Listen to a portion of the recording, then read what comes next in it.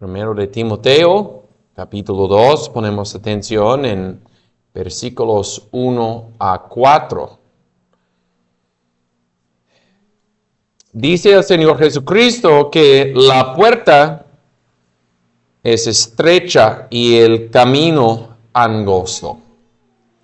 La vida cristiana es algo estrecha, pero de otro punto de vista, la vida cristiana es algo amplia y hay variedad en la vida cristiana. Y refiero a las oraciones del cristiano y de la iglesia cristiana. Porque vivimos caminando en un camino estrecho y angosto, pero tenemos acceso a todo el mundo para orar por todos los hombres, como dice nuestro texto. Hay variedad y amplitud en las oraciones del cristiano. Si un cristiano sufre en una cama o si un cristiano está encarcelado, todavía puede orar por todo el mundo. Y ese cristiano no es en un lugar estrecho con respecto a sus oraciones. De hecho, es los impíos que no tienen amplitud y variedad en sus vidas. El hombre impío solamente piensa en sí mismo y si tiene una forma de oración, solamente ora por sus propias necesidades. Y también hay religiones falsas y tienen una forma de oración, pero solamente oran por su secta. Y como cristianos, teniendo la religión verdadera, oramos por todos los hombres. Vamos a considerar esta noche, por un tiempo corto, vamos a considerar la extensión amplia de oración cristiana. Y este asunto es algo que nos enseña el Catecismo Mayor de Westminster. Y estamos aprendiendo al Catecismo Menor, también hay Catecismo Mayor. Y en los miércoles he sido siguiendo las doctrinas del Catecismo Mayor sobre oración. Y aquí en pregunta y respuesta 183 tenemos esta pregunta. ¿Por quiénes debemos orar? Hemos considerado qué es oración, cómo nos ayuda a orar el Espíritu Santo. Y ahora venimos a este asunto. ¿Por quiénes debemos orar? Y la respuesta: debemos orar por toda la iglesia de Cristo en la tierra, por los magistrados y por los ministros, por nosotros mismos, por nuestros hermanos y también por nuestros enemigos, por toda clase de hombres que viven y por los que vivirán en el futuro, pero de ninguna manera por los muertos, ni por aquellos de quienes sabemos que han cometido el pecado de muerte. La extensión amplia de oración cristiana es la enseñanza del Catecismo Mayor y también la enseñanza de la palabra de Dios. Aquí en 1 de Timoteo, en estos versículos, el Señor nos enseña sobre para quiénes debemos orar. Vamos a considerar tres cosas. la enseñanza del texto. La enseñanza del texto. Aquí el 1 de Timoteo, capítulo 2, the teaching of the text. Es un asunto importante. Dice Pablo, exhorto pues ante todo. Entonces, Timoteo, como predicador de la palabra, pastor, él tendría una falta si no enseña a la congregación que debemos orar por todos los hombres con una oración de extensión amplia. Y yo también tendría una falta si no les enseño que debemos orar por todos los hombres. Y dice, en particular, habla de una variedad de peticiones, rogativas, oraciones, peticiones, acciones de gracias, porque es el Espíritu Santo que nos guía en oración. No tenemos simplemente un libro de formas de oración, porque tenemos algo mejor, el Espíritu Santo guiándonos cómo debemos orar en cada caso. ¿Y para quiénes debemos orar? Dice Pablo, por todos los hombres, por todos los hombres. Y este mandamiento de orar por todos los hombres está basado en quién es Dios y la voluntad de Dios. Porque el razón viene en versículos 3 y 4. Porque esto es bueno y agradable delante de Dios, nuestro Salvador, quien quiere que todos los hombres sean salvos y vengan al conocimiento de la verdad. ¿Por qué debemos orar por todos los hombres? La razón viene de la voluntad de Dios. ¿Qué quiere Dios? Cuando hablamos de la voluntad de Dios, debemos entender que Dios tiene una sola voluntad. No hay dos voluntades en Dios, pero podemos distinguir cuando pensamos en la voluntad de Dios. Y podemos distinguir aspectos de la voluntad de Dios. Podemos hablar de la voluntad secreta de Dios, el decreto eterno y inmutable de Dios. Y en su decreto, Dios ha determinado que Él va a salvar sus elegidos de toda clase de hombre, de todas las naciones, mujeres, varones, niños, ricos y pobres. Y si entendemos que versículo 4, que quiere Dios quiere que todos los hombres sean salvos.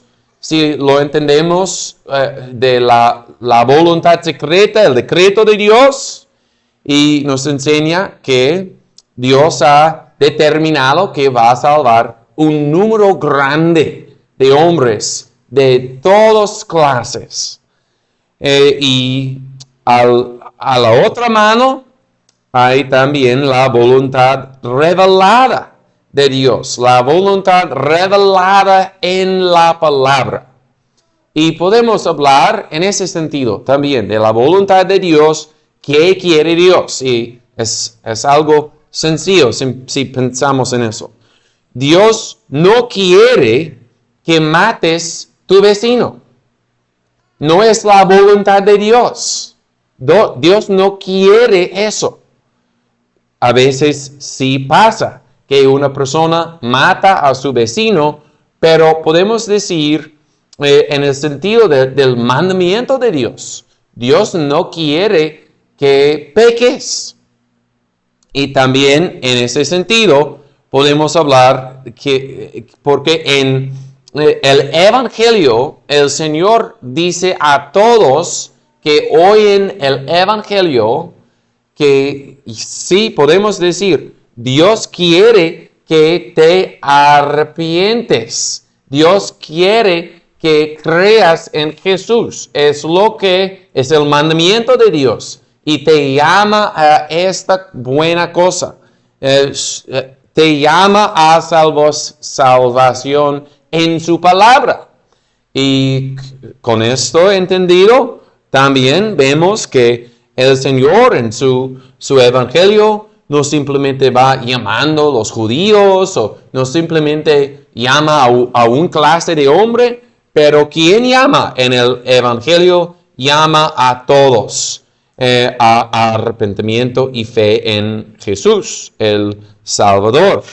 Pero en cualquier sentido que entendemos aquí, debemos entender que Dios quiere la salvación de muchos. ¿Y por qué debemos orar por muchos? Es por razón de esta voluntad buena de Dios. No debemos orar solamente para ellos que ya están cristianos, porque Dios va avanzando su reino y tiene su ojo en los confines de la tierra y va avanzando su reino, salvando a muchos de toda clase de hombre.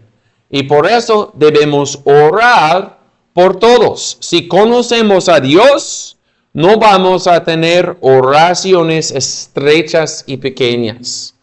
Debemos orar por todo el mundo y mucho más. No debemos orar solamente por mis necesidades, mi familia, mi país, mi denominación. Con un corazón grande de amor debemos orar por todos. Todos los hombres, y dice también por los reyes. Reyes pueden ser perseguidores, pero son ordenados por Dios. El magistrado es el siervo de Dios para lo bien de la sociedad, y con sabiduría y estrategia debemos orar por los reyes, por la influencia que tienen. Y en la gracia común de Dios, Él usa los reyes y gobernadores para mejorar la sociedad, para refrenar crímenes y pecados. Y incluso si los reyes no son cristianos, debemos orar por los reyes. Y esto nos enseña otra vez que debemos tener oraciones amplias.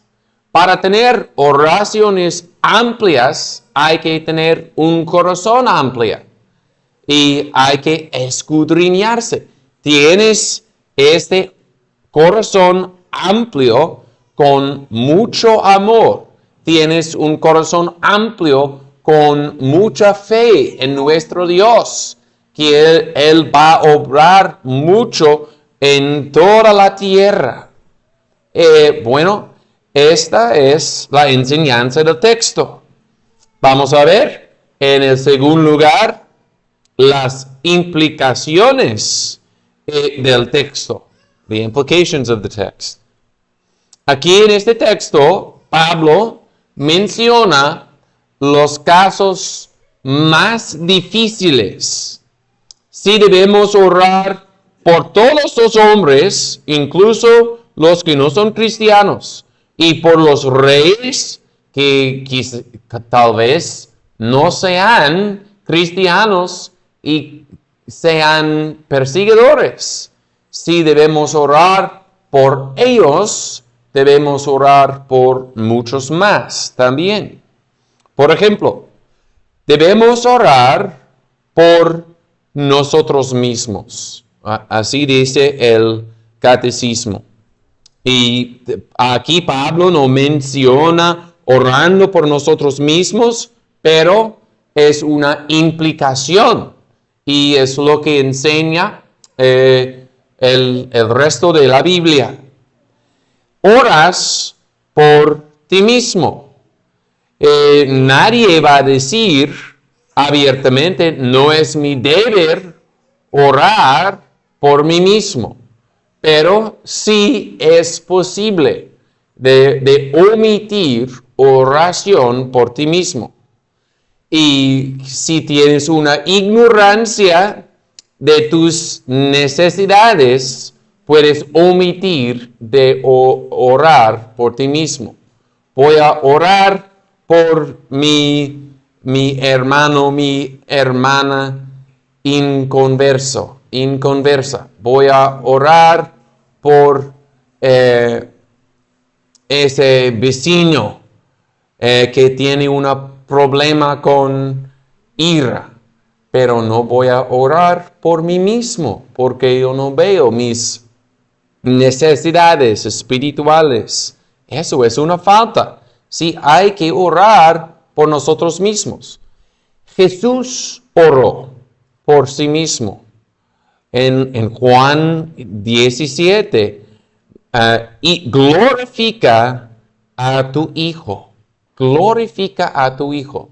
Él pidió de su Padre gracia para cumplir su obra y para la gloria que iba a resultar para él. Si Jesús oró por sí mismo, ¿qué piensas si no oras por ti mismo y tus necesidades, especialmente las necesidades espirituales? Podemos omitir por nosotros mismos, por nuestros enemigos debemos orar, como dice el catecismo, por nuestros hermanos y también por nuestros enemigos. Y esto también es una implicación del texto, porque debemos orar por los reyes, y reyes pueden ser enemigos. ¿Qué hizo Jesús? La primera palabra en la cruz, hay 7 palabras de la cruz de Jesús. La primera palabra, Padre, perdónalos porque no saben qué hacen. Y Jesús inmediatamente después, antes de la cruz, Jesús en Juan 17 dijo, oró por ellos y no oró por el mundo.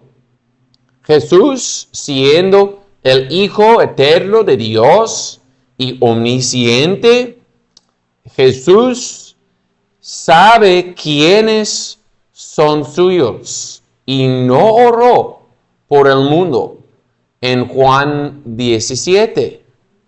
Pero en Lucas 23 oró por sus enemigos. Como Dios, Él sabía quiénes eran sus elegidos, pero como hombre, debajo de la ley de Dios, y la ley dice, ama a tu prójimo. El Señor Jesucristo, como hombre, amó a su prójimo. Incluso amó a ellos que lo estaban crucificando.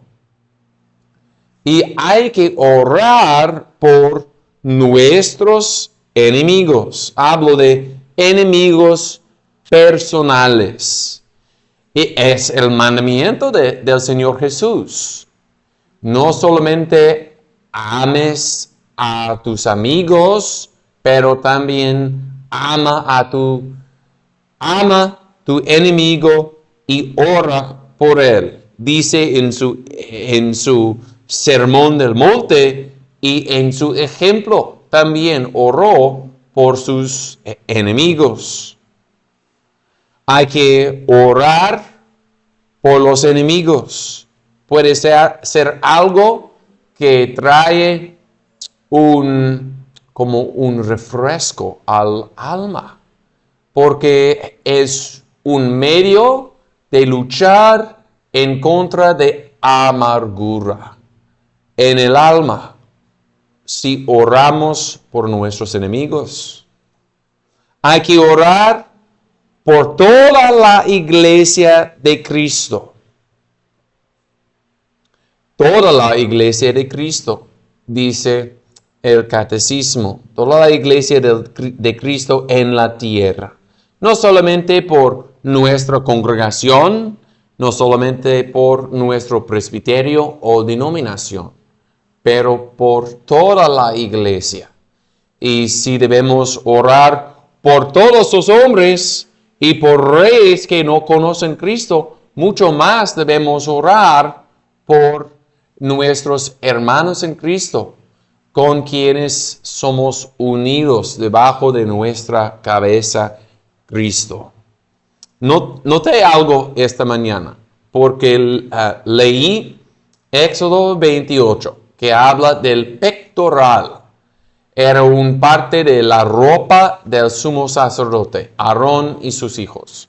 El pectoral era algo cuadrado aquí en la vestidura del sumo sacerdote y tenía joyas. 12 ollas organizadas en el pectoral. Y cada una de las joyas era de tipo diferente y color diferente.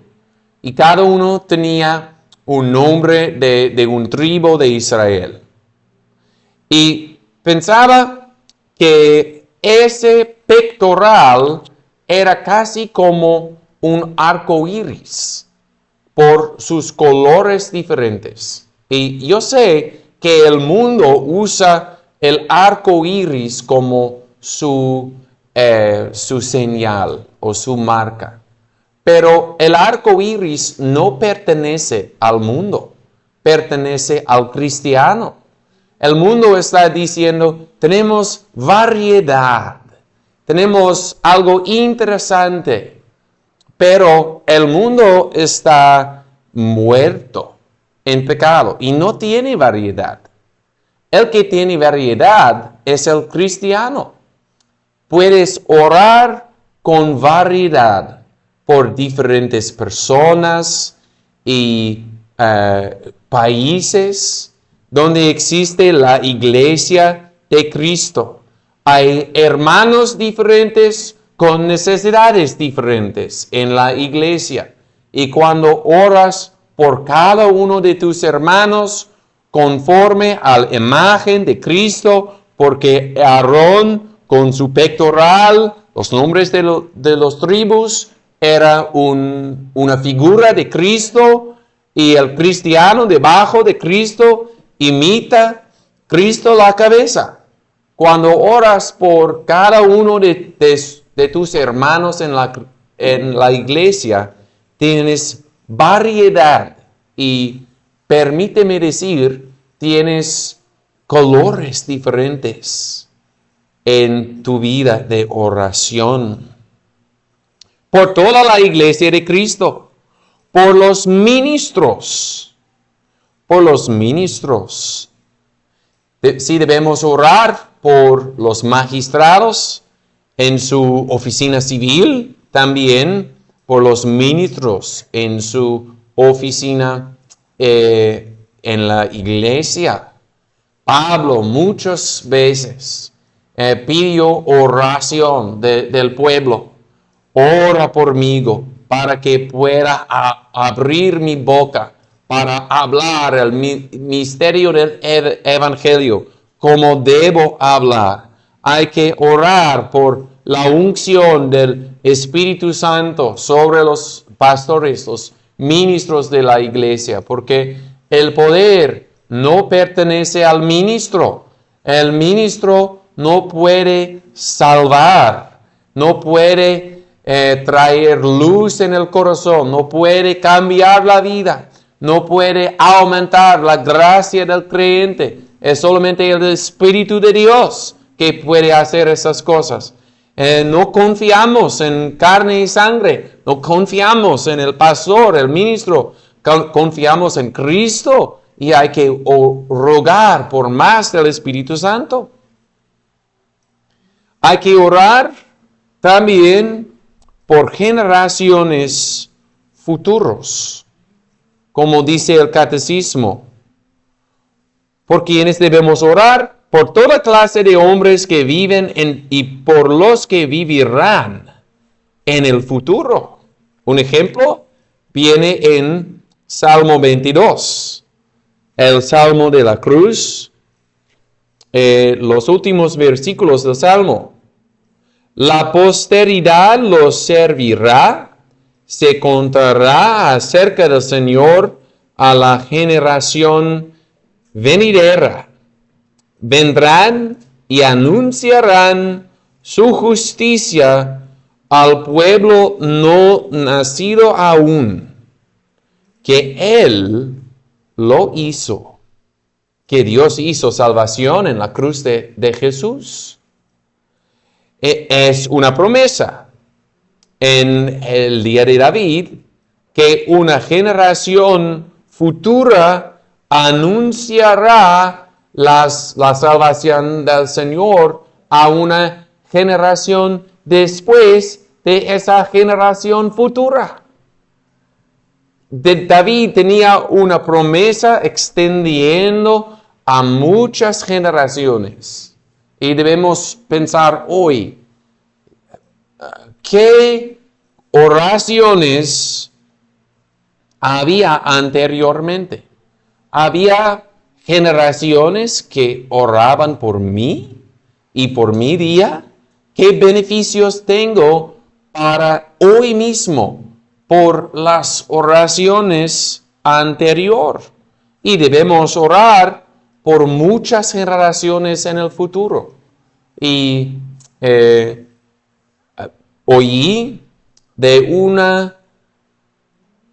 una muchacha, una chica, que ora cada noche con su madre y ora por sus niños y los niños de sus niños y los niños de los niños de sus niños. Y no quiere parar. Esa muchacha tiene algo muy, muy verdad y muy bueno. Ojalá que tengamos esa visión a 1000 generaciones. Son unas implicaciones del texto. La palabra de Dios aquí está aumentando nuestra visión.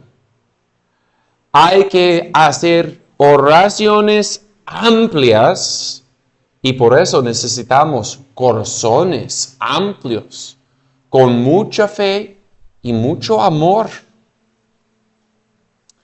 En tercer lugar, los límites del texto. Los límites del texto. The limits of the text. Dice el catecismo que no debemos orar, dice, pero de ninguna manera por los muertos. Dice Pablo que debemos orar oraciones por todos los hombres, pero eso quiere decir hombres que viven o que van a vivir en el futuro y no por los muertos. Hay un límite. ¿Y cómo sabemos que la enseñanza del catecismo es la verdad? Por ejemplo, tenemos David.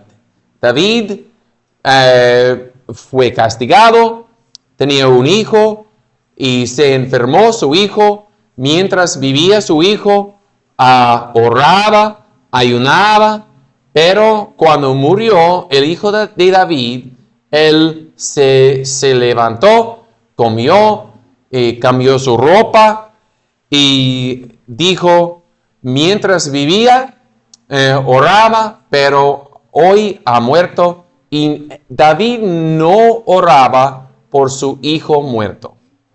Es un ejemplo aprobado por Dios en la palabra de Dios. No debemos orar por los muertos. Y es necesario decir eso por los errores de la iglesia de Roma.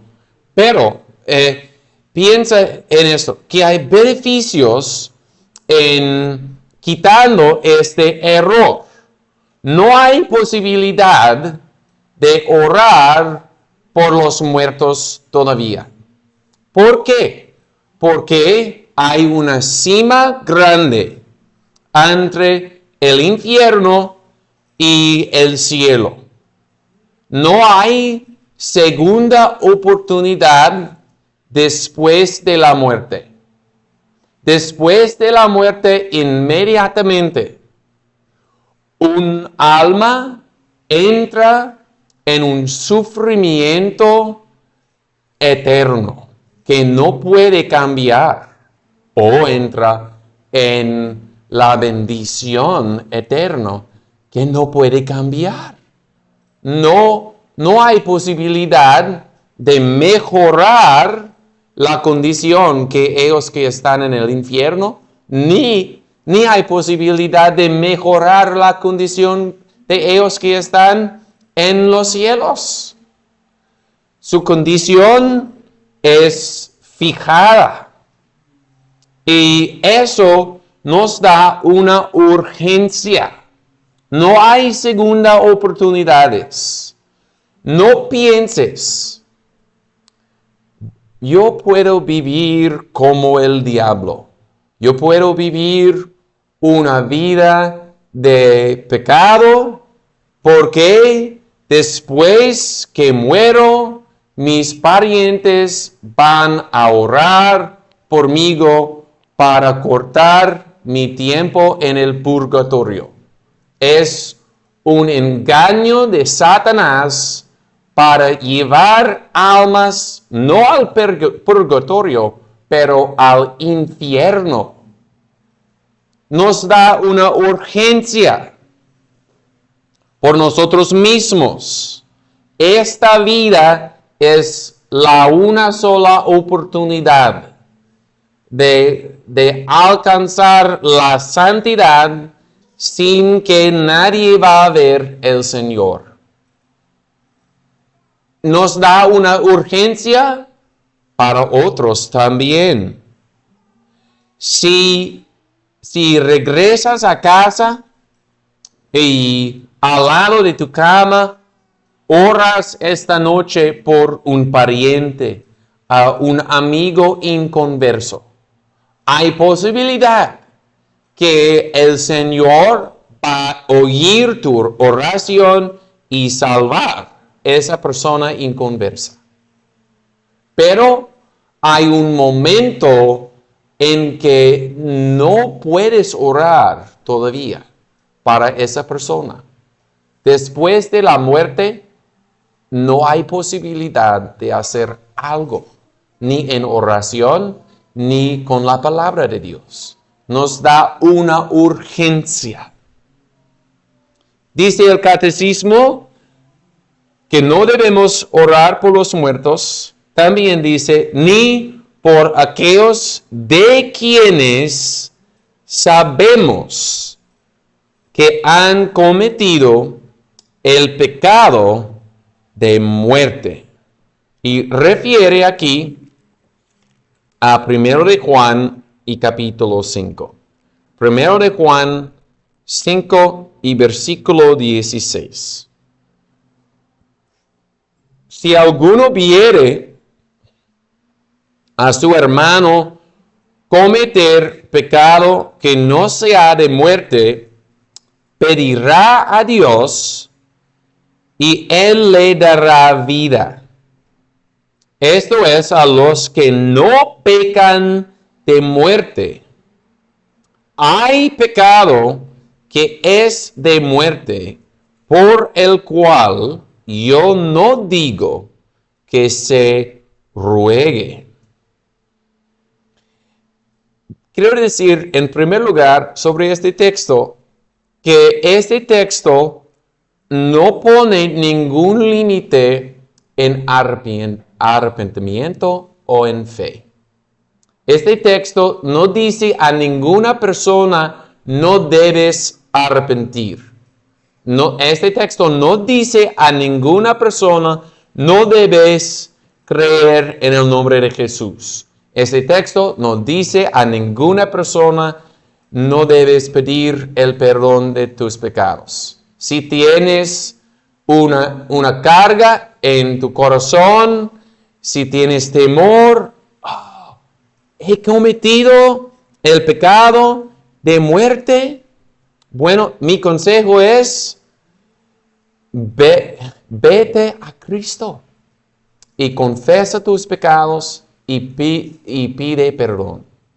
Porque este texto no pone un límite en viniendo a Cristo.